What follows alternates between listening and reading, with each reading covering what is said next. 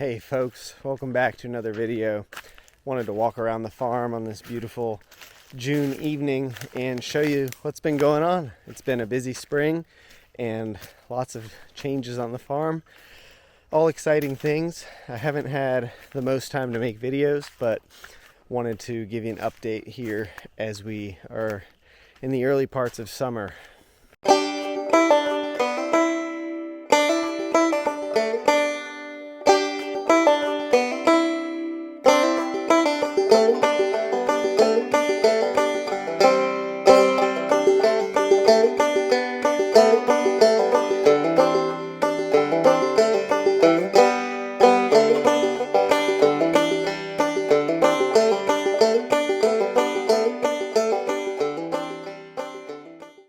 Please like the video, leave a comment, and subscribe to the channel if you haven't already.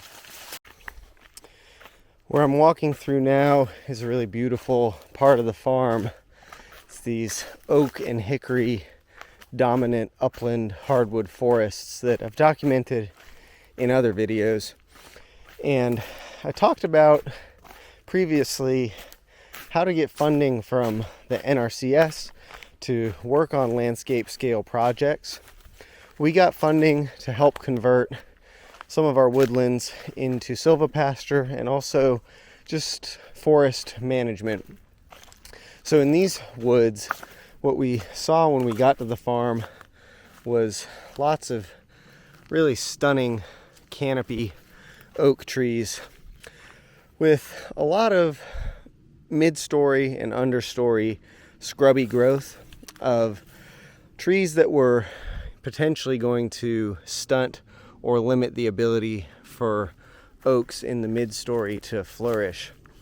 The thing about oaks is they attract on an order of magnitude greater insects and thus birds and other wildlife because of their flowers, their nuts, their acorns, the habitat they provide, their leaves, and white oak in particular is chief among them in biodiversity and the life that they bring to a landscape.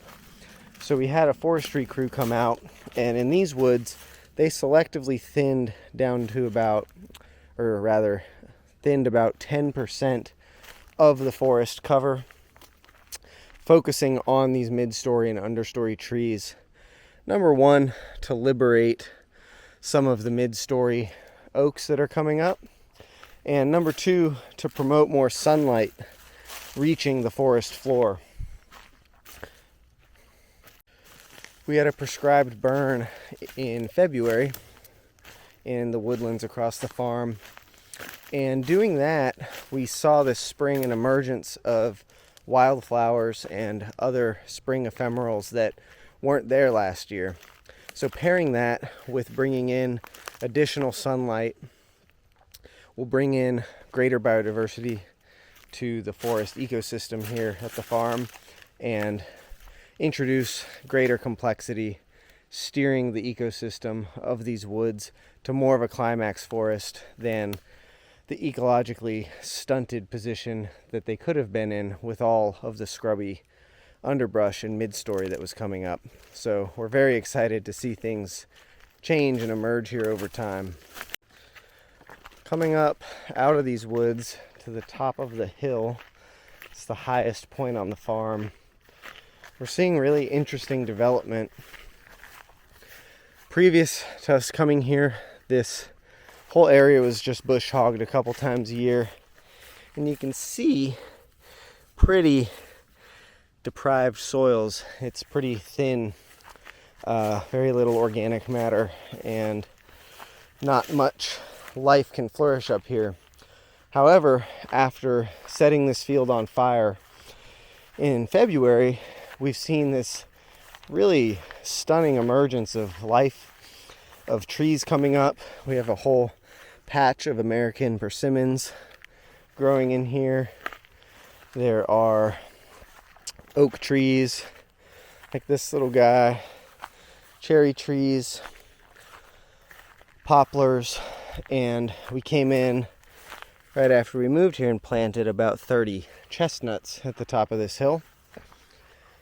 And it's really an amazing thing to see such a degraded, steep patch of the farm that was brought down to the mineral soil come back with such robust, vigorous life.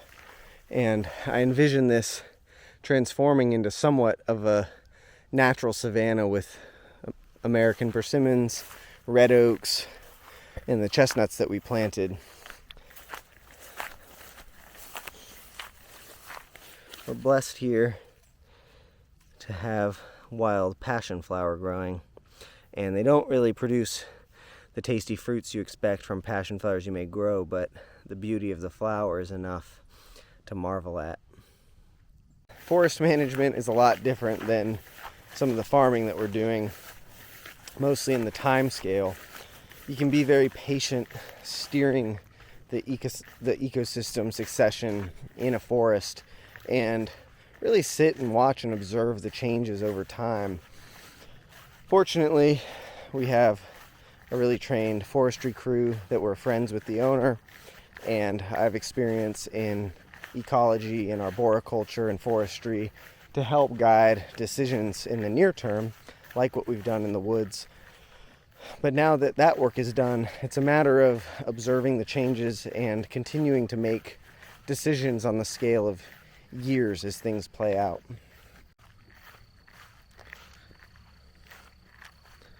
It's an incredible view from the top of the farm.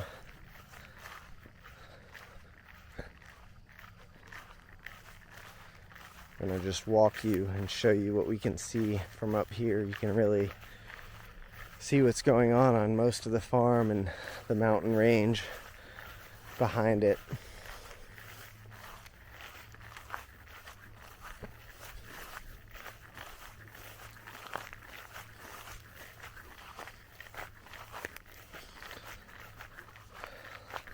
Look at that.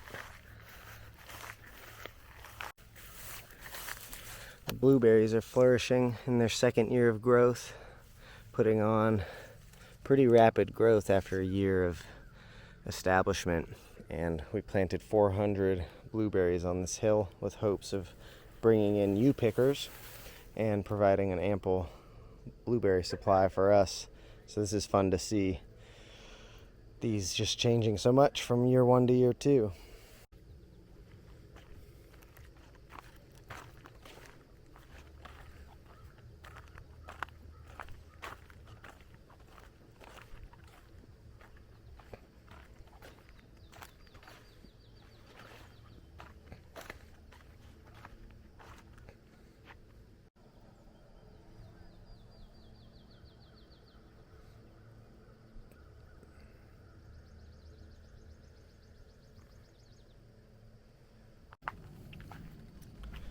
Tunnel 1 tomatoes are growing rapidly. We're starting to get some fruit set on the cherries and some of the slicers. Just went through and did a trellising today. We've interplanted and done some trials in the different beds. So here we have some red leaf head lettuce. We have dill and basil on the sides of these tomatoes. I like to interplant crops that A, fit the context well, and B, that don't necessarily dictate having a full bed of space dedicated to them. So dill sells pretty well at the farmer's market, but we don't want to dedicate a whole bed to just dill because it's not that popular of a crop, but this should be just enough to sell through. Kale we're getting pickings off of every 10 days or so. And on the end of this bed we have a bit of ginger growing that's emerged a couple weeks ago and starting to put on pretty quick growth as well.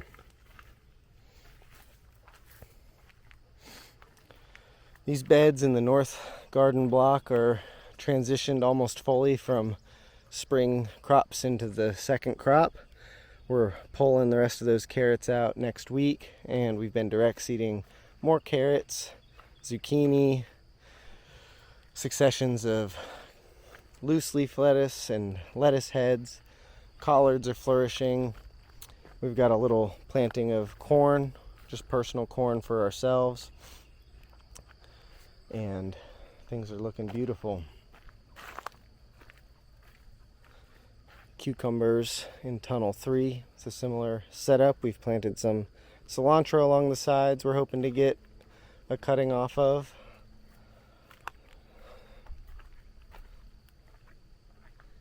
And tunnel 2, more slicing tomatoes.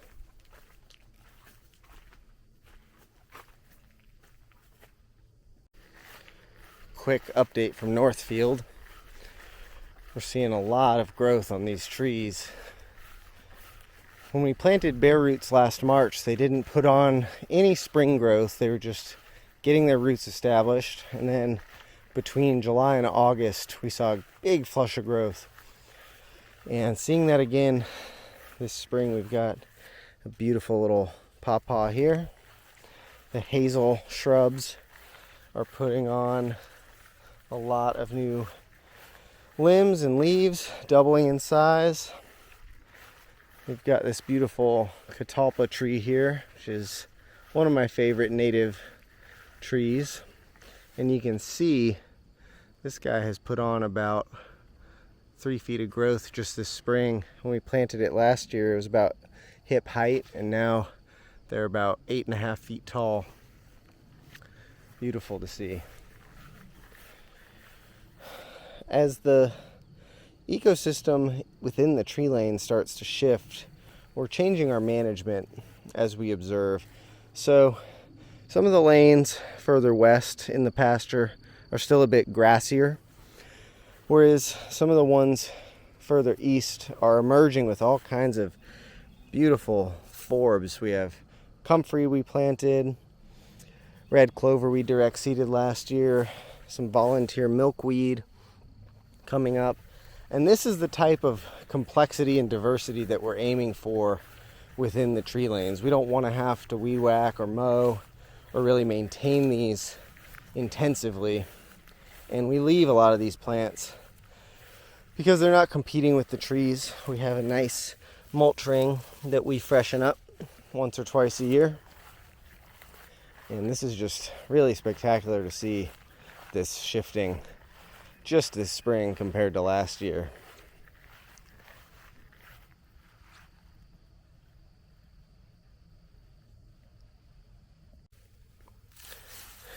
It's hard to really describe without seeing it in person or in a side-by-side the impact that broilers and chickens in general can have on a pasture. This is fescue, which dominates our pasture, and in parts of the farm where we haven't run broilers, we're seeing foliage stunting at about 2 or 3 inches from years of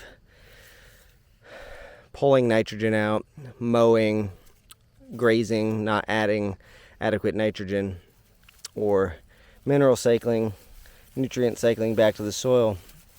But in here where we have chickens that have run through this spring and last year, we've got grass whose leaves are growing at a rate closer to 2-3 feet, and in some spots almost chest high. So this dark green growth is exactly what we want to see, and it's amazing what a couple passes with broilers and the fertility that they add can do to shift a pasture radically and very quickly. The brunt of the work that the forestry crew did was in the pig paddocks. We don't have any pigs on the farm right now, but we're getting more at the end of the month. And I've detailed this pretty extensively in here, our plans, but they came through and felled 50% of the trees in the pig paddocks, which has introduced just a tremendous amount of sunlight, which was the goal.